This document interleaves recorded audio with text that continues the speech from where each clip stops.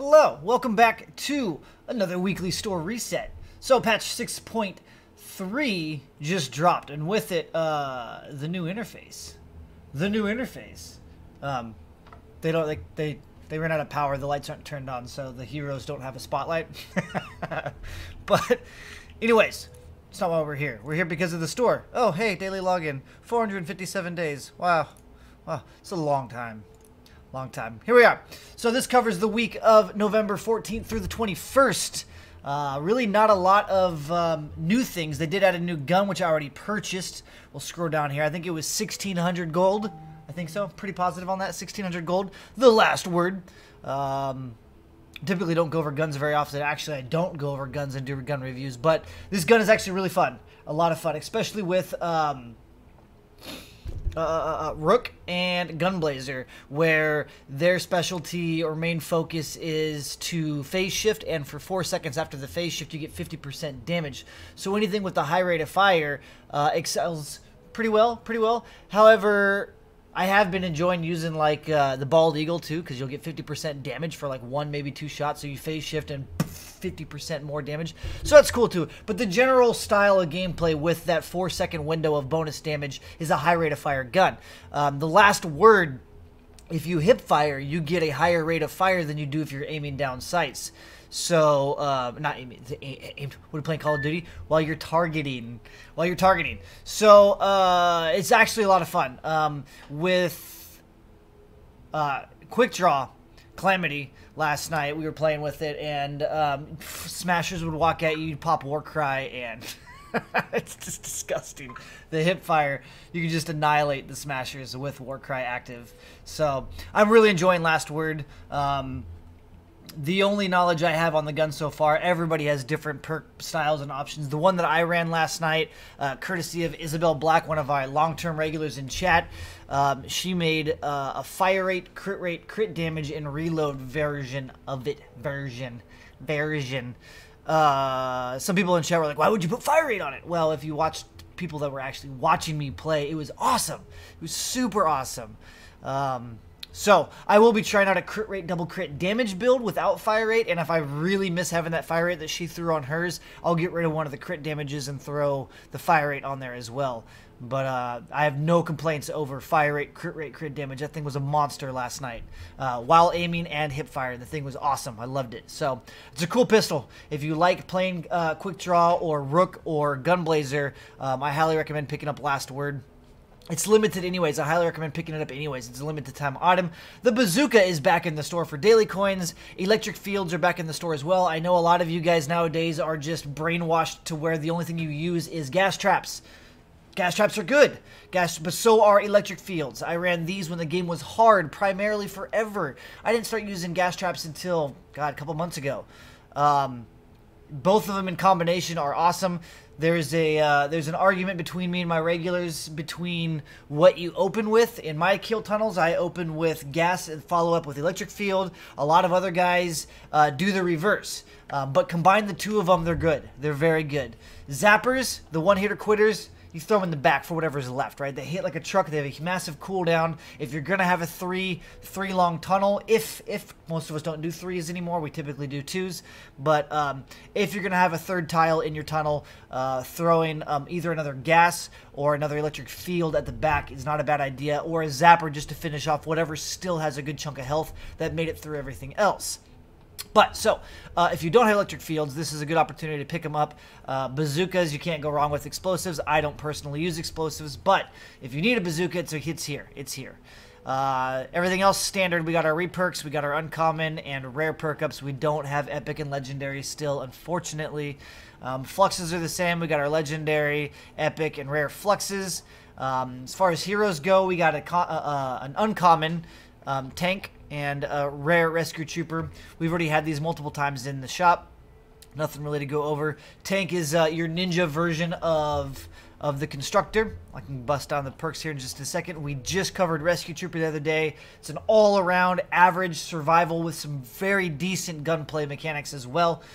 So if you're brand new, Rescue Trooper is a solid soldier to start off with, especially if you use your Epic Flux to evolve it to Epic so you can benefit from all the perks. If you pick up Tank Penny, you're going to have to evolve it with Rare and Epic to at least get it to Epic to benefit fully of the character. So we'll cover those in a second. You got the Heavy Sledge, which is alright. If you're brand new and you don't really have any hammers, Tank Penny will benefit from that pretty good. And then Laser Blade is also another solid sword that you can evolve to Legendary if you choose to. We also got our standard 10 armory slots and then our unlimited Epic schematic for 1,000 gold. And then your evolution materials. I gotta follow. I'm not even live. Alright, let's go ahead and break into Tank and Rescue Trooper. I can't do it here because they're not fully evolved, so I don't have access to all their perks. That's why you want to evolve them to at least an Epic rarity to get access to all their perks. Alright, here we are. Tank Penny, aka Ninja Penny. She gets Creative Engineering, increases build speed, reduces building cost. Standard for all constructors. She runs with the base ability. She gets Bull Rush and Plasma Pulse. Plasma Pulse is a little wonky when you don't have a decoy. Plasma Pulse is really effective up against a wall of your objective, so if they are all on your wall, you can drop a Plasma Pulse and pretty much walk away. The Plasma Pulse will kill everything. But if you throw a Plasma Pulse in the middle of a pathing horde of husks, it doesn't do much. They kind of skip through and take a little bit of tickle damage here and there. But if they're next to a decoy or they're on a wall and they stay inside the Plasma Pulse, it does a tremendous amount of damage. So decoy is also really good for clearing off walls and for pushing a group of husks to their death. Or off cliffs, either or two. Or to the top of trees when you get that wonky bug.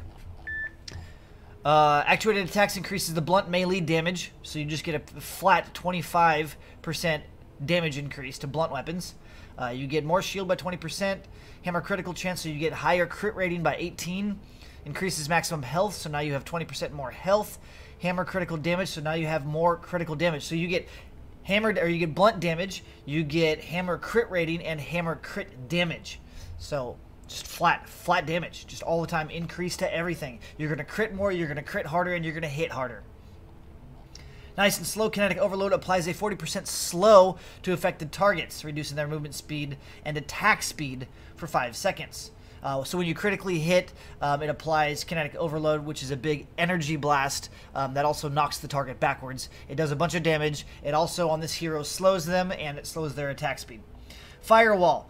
This has been changed multiple times from release. It currently has a 16-second cooldown. Melee attacks against the constructor's shield, so you have to have your shield. If your shield's gone, it will not apply. Against your shield, it triggers an energy pulse, dealing energy damage, knocking back nearby enemies. So if you've got a bunch of husks on you, and at least one of them hits you and it procs on that one, everything around you takes damage and gets knocked backwards. It's really kind of cool. It's really kind of cool. It used to just be a damage reflect, but now it's got a knockback effect also. It's got a big energy blast, so it's pretty cool. So Ninja Penny has a lot of survivability and a lot of damage output. We like playing Ninja Penny. Ninja Penny's fun. Ninja Penny also brings to the table Firewall as well. You can bring it and apply it to your friends or your other heroes if you choose, but it doesn't have a 16-second cooldown. It has a 48-second cooldown, and instead of being 3,000 plus damage, it's 1,500 damage. But it still has the same knockback effect and everything. It just doesn't happen as much, and it doesn't do as much damage. Okay, and quickly again, we'll run through Rescue Trooper again, and I think this is the 4th time we've had her in the store. But it's a soldier, so advanced tactics, ranged weapon, and health is increased by 10% each.